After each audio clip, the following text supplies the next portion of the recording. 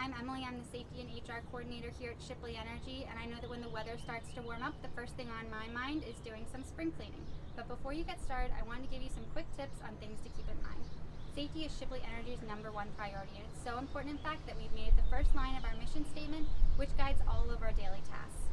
Before you get started on your outside yard work, you're going to want to locate your fill pipe or your tank and just do a quick assessment of the area around it. Are there any sort of holes in the ground or animal traps nearby or overgrown bushes that can block access to this area? These are all great examples of potential hazards that you're going to want to be on the lookout for. You also want to make sure that you locate your heating oil or propane tank and do a quick survey to make sure that the tank meets regulatory factors as well. So propane tanks should not be within 10 feet of any sort of ignition source. This could be an air conditioner or any other appliance as well. Both heating oil and propane tanks should also not be leaning in any sort of way. They should be on a flat, stable surface. You're going to want to check both tanks to make sure that there isn't sort of any heavy rust spots or cracks on the tanks, as some of these tanks are several years old.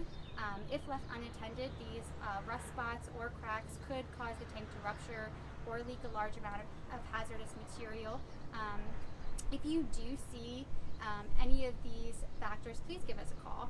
We'll send a Shipley Energy technician out to do a quick review and site survey of your tank to make sure it's working properly. All maintenance on your tank should absolutely be done by a trained professional for safety and regulatory reasons. You're also going to want to check around your AC unit as well. So overgrown plants and bushes can restrict airflow to your unit. You'll want about 2 feet of open area on all sides of your unit.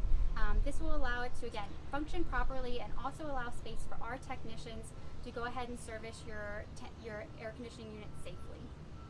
Once you're done outside, there's just a few things to be on the lookout for inside, and that's to make sure that there are no loose objects around your furnace or boiler, that there is a safe space around it that doesn't have any sort of potential hazards.